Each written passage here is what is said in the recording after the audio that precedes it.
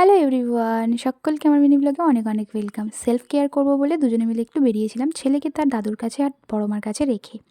ব্যাপারটা হচ্ছে 10 মিনিট বেরিয়েছি, 10 মিনিট সবে গিয়ে পার্লারে ঢুকেছি, আর আমার বাড়ির থেকে ফোন তার দাদুর, যে নাতিকে সামলানো যাচ্ছে না, সে কিছুতেই থাকবে না, কান্নাকাটি জুড়ে দিয়েছে। এবার আমি গিয়ে তখন বসে পড়েছি, কিছু করার নেই। তো অর্ধেক কাজ চলাকালীন আবার ফোন করেছে, করে বলছে নাতিকে একদমই রাখা যাচ্ছে না, এক্ষুনি আয়। 20 মিনিটের মধ্যে আমরা আবার রিটার্ন এসেছি বাড়ি, আর তারপরে কাণ্ডটা দেখো। আমাকে শান্তি না দিয়ে এই যে এই অবস্থা। এই যে, এই যে, এই যে, এই যে।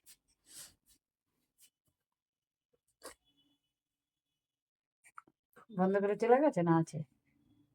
তাকাচ্ছে দেখো। এখন ওর যত হাসি, যত খেলা, যত কিছু আছে সব মায়ের কোলে শুয়ে। কান্না শেষ নাই যাবা থেকে। মানে ও কি করে বুঝবে জানি না, বুঝেছে যে ওর মা নেই, ব্যাস।